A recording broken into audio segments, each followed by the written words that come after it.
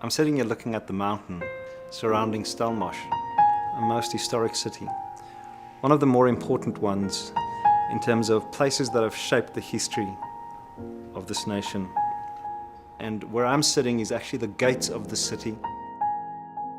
We started in Stellenbosch in 1992 with a ministry to a couple of students.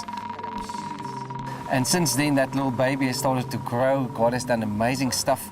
We're all across the world, and there are so many places where we can still go and make a difference, and we want to just serve nations and serve communities and different culture groups and races, and really see the love of God manifest in their lives and through their lives.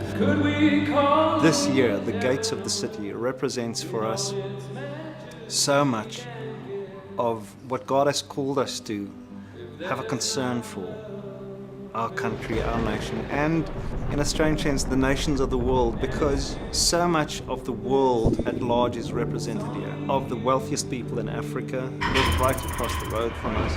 And then we have the challenging reality of the Gini coefficient that is so stark, of the poorest people in the country live on the other side of the road.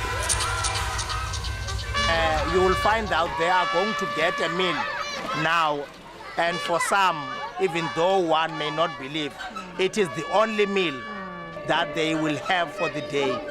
I thank God for the program that is running here. A Christian institution should exist in a community to give hope to a hopeless community, and that is the community of Kamani.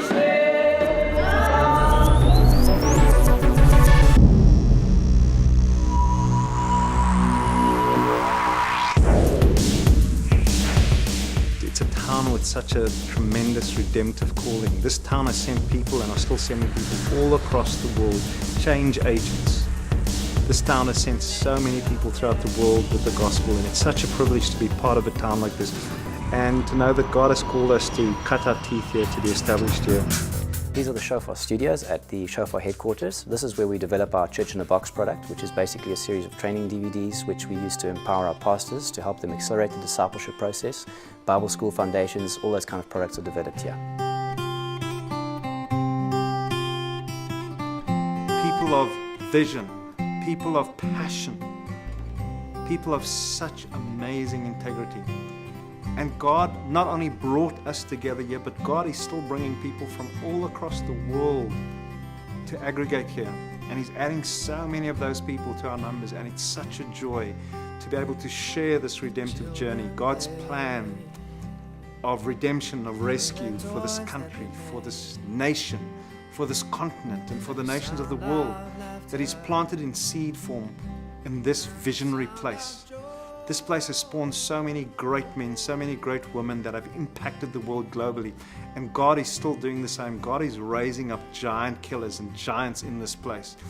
Giants in terms of faith, giants in terms of passion, giants in terms of vision, giants in terms of love and mercy, giants in terms of caring. People who believe God enough that what He says He is, a God of love, a good God, a benevolent God, a God who is involved, a God who cares, that same God has chosen to find expression through us at this time. And we're experiencing miracles as God is defying history, as God is building bridges where none existed. And the sun is shining, and the leaves are dancing. Most of the Christians, they're discriminating the children. They would leave the children inside while the others are playing outside. And Kuma went to her own physio in Gryfontein, and the therapist was so impressed. They're making a very big improvement. If Prochorus wasn't here, we wouldn't have this center by now, and we wouldn't have occupational therapists and students from overseas who's helping us. Basically, Prochorus made us who we are today, because more like they sponsored everything.